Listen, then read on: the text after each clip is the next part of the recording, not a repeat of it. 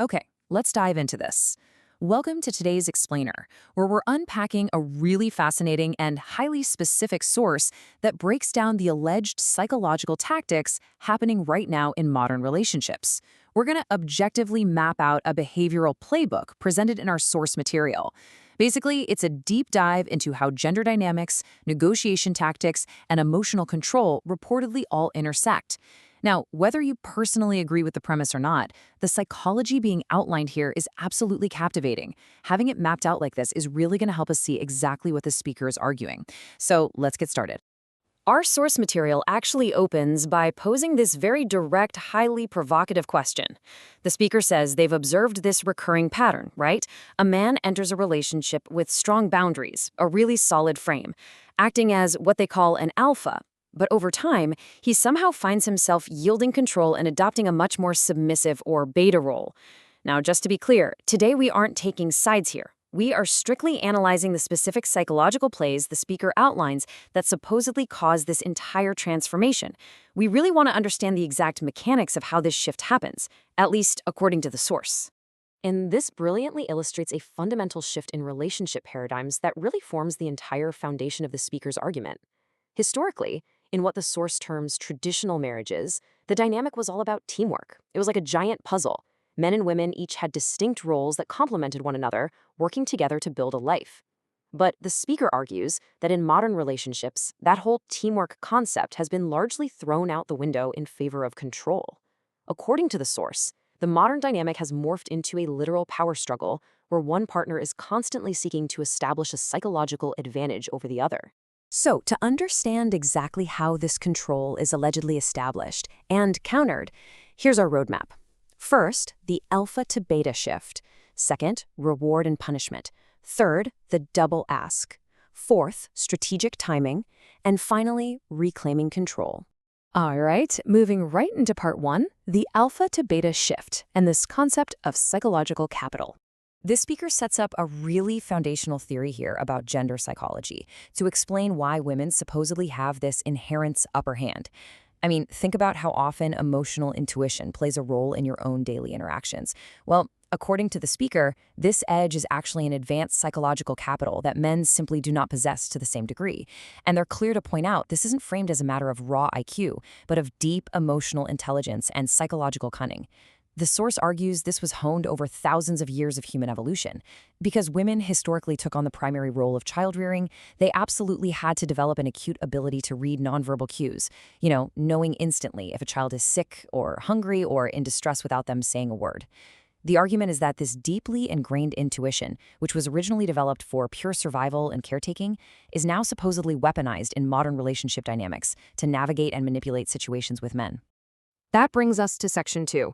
The conditioning, specifically reward and punishment. Having established this alleged psychological advantage, the source then illustrates how it translates into actionable everyday tactics. And they use a really striking analogy here. The speaker actually compares this behavioral conditioning to a lion tamer. Think about it.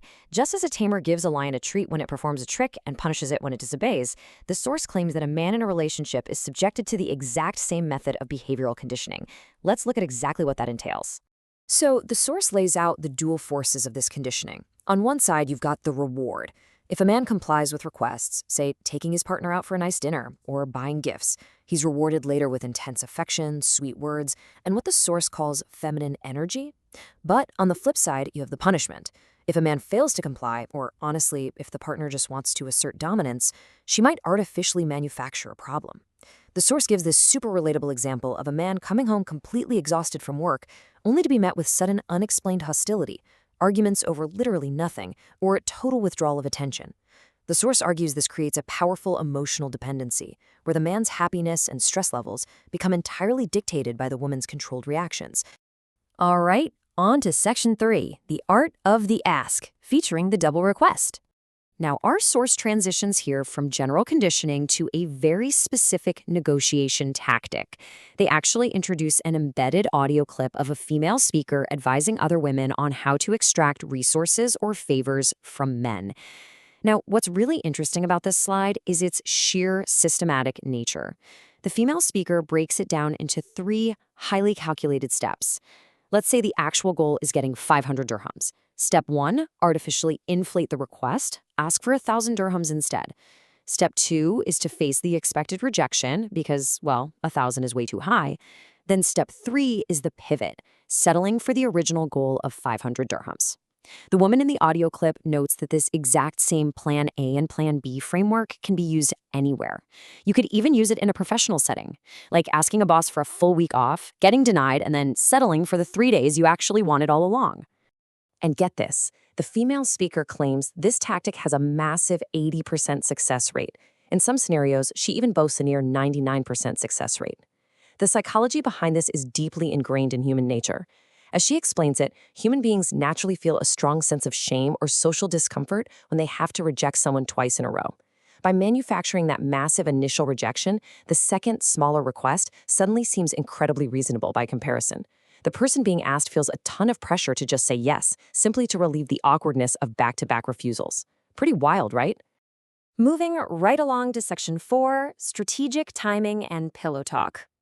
Because knowing how to ask is really only half the playbook, our source emphasizes that knowing when to ask is just as absolutely crucial. The female speaker explicitly advises women to wait for what she calls high vulnerability states to make their requests. She lists very specific physical and environmental conditions that actively lower a man's resistance.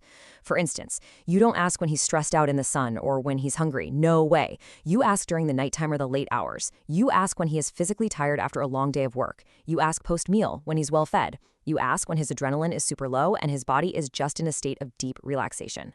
Under these conditions, the source argues, a man simply lacks the energy to argue or negotiate. He's highly agreeable.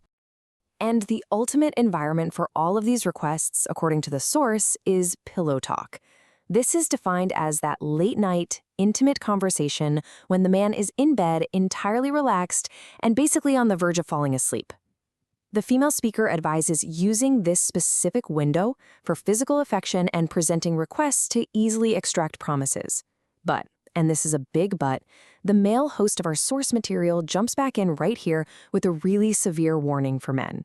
He claims that engaging in this kind of gossipy, late-night pillow talk completely destroys a man's alpha status. He says it drags him down to the level of a gossiping friend and totally ruins the healthy hierarchy of the relationship. Let's move to and see how this builds into our final section, Section 5, Reclaiming Emotional Control. So the crucial point is how the source actually advises men to react to all of this manipulation.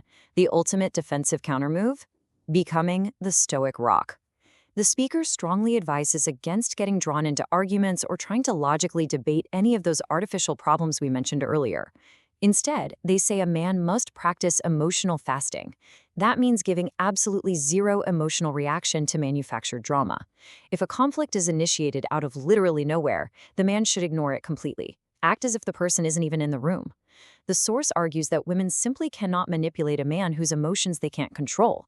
By becoming an unshakable rock where emotional manipulation just crashes and breaks, the man totally neutralizes that entire reward and punishment cycle. And that brings us to a really compelling final thought derived directly from our source's claims today. Think about it. If modern relationships are indeed this intense battleground of psychological capital and strategic conditioning, is unwavering emotional control truly being the stoic rock the ultimate key to success and autonomy? It's a fascinating perspective for sure, and it really forces us to look closely at the undercurrents of how we communicate, negotiate, and react to those closest to us. That's all for today's explainer. Stay curious, keep analyzing, and we'll see you next time.